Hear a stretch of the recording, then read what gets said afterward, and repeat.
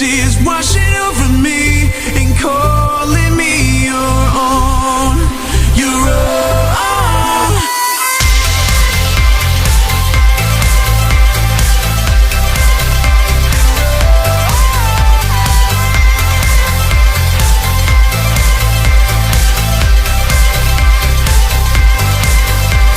Your light is burning through the shadows. I see the truth, there is nothing to fear. Your word, your way, your promise everlasting. Over and over, I see your hand.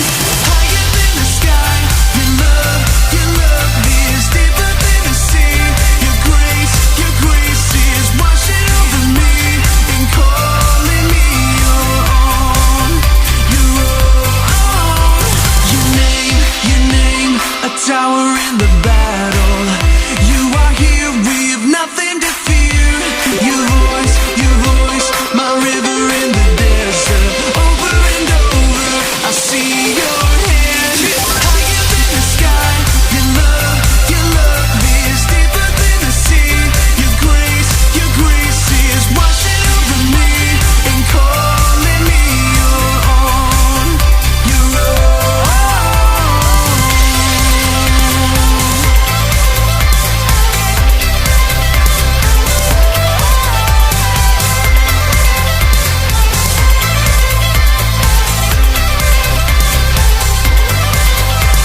Yeah, where the love at?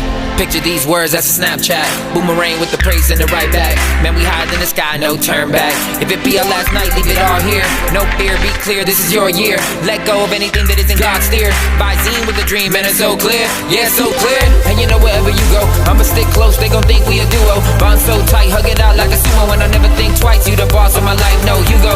And this world not down with us. They can try to limit faith, but it's down to us. Man, love so deep, not a game to us. When the blessing comes down, man, the praise go up, yeah. Higher than the sky, your love is deeper than the sea. Your grace is washing over me and calling me your own. Your own. Higher than the sky, your love is deeper than the sea.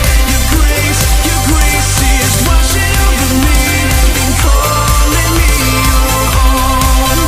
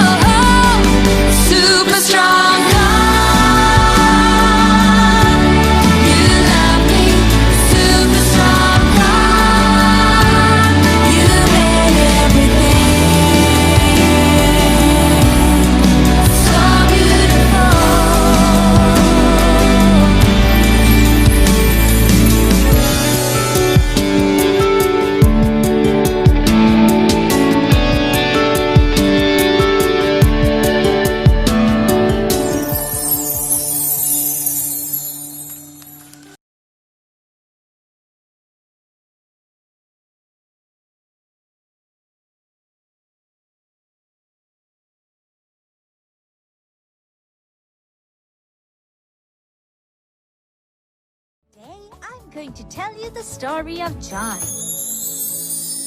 John Nereus was the younger son of Zebedee and Salome, and the younger brother of James the elder, who was also a disciple of Jesus. John was one of the most beloved disciples of Jesus, and like his elder brother, he too was a fisherman. John lived with his family in Bethsaida and Capernaum and later in Jerusalem.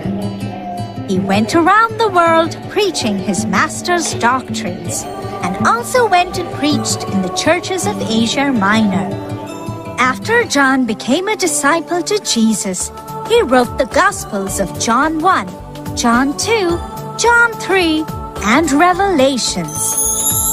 Once, John was banished to the Isle of Patmos as a prisoner for preaching in the name of Jesus. Later, he was freed and he eventually died due to old age.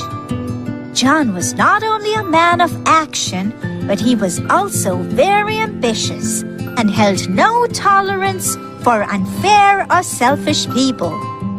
John was very close to another disciple named Peter, and they would often be sent together for ministry work. But it was John who always stood out and acted as the spokesperson of the band. As years went by, old age caught up with him, and he soon forgot all about his ambition. All he remembered was the Lord's command of love. John once wanted to take his own life by drinking poison from a chalice. But the Lord spared his life for all the good deeds he had done all his life. He finally died of natural causes, and the chalice with the snake became his apostolic symbol. That was the story of John. To watch more videos, please subscribe. The Holy Tales. Well, today I'm going to tell you the story of Matthew. And he also had another name. Another name? Oh, yes. He was also called Levi. That sounds interesting. All right then, let's begin with the story. Matthew was the son of Alphaeus, and he lived in Capernaum, and his name meant a gift of God. The call of Matthew to the band of Jesus' disciples is of great importance. Matthew's other name was Levi, which was probably given by Jesus when he became a disciple. Matthew was a tax collector and a publican. He was engaged in public service work and gathered the taxes which the people paid. However, in those times, the Jews hated the tax gatherers because they believed that it was the right of the people to pay taxes as a tribute only to God. Paying it to someone else meant breaking of the law.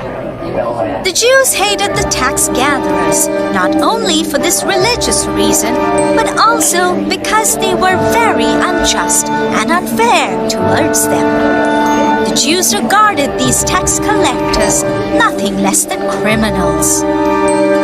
Matthew was one of them. Like every other tax collector, he would assess taxes for their people and also lend them money and charge high rates of interest from them. Yet, Jesus chose him from amongst all the hated men and made him one of his own. Being the master, he saw the potential in the tax collector of Capernaum. Matthew was different from all the other disciples of Jesus, who were mostly fishermen. He knew how to write, and with the power of the pen, he brought to the world the teaching of Jesus in the Hebrew language. The apostolic symbol of Matthew is 3 money bags, which help us to remember that he was a tax collector before Jesus called him. That was quite an interesting story, Holly. So it is because of Matthew that we began to know more about Jesus. The Holy Tales.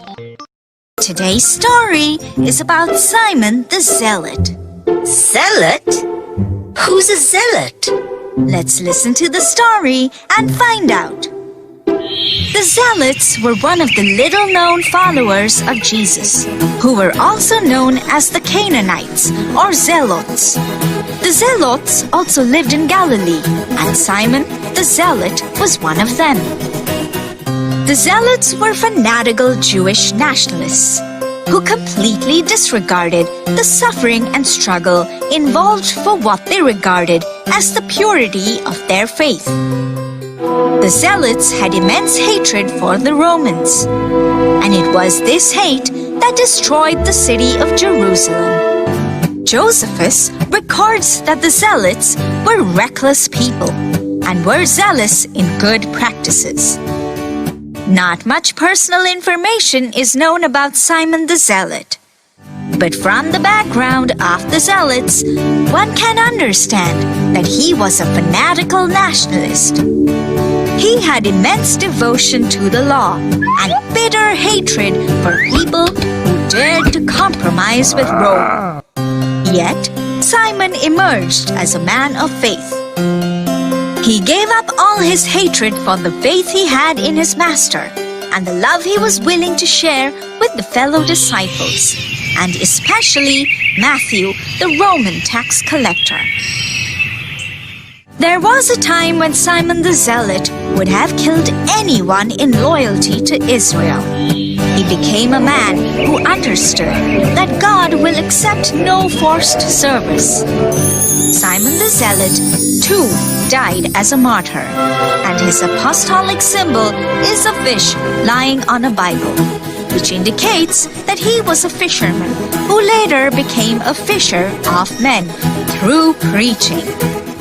That was an interesting story indeed.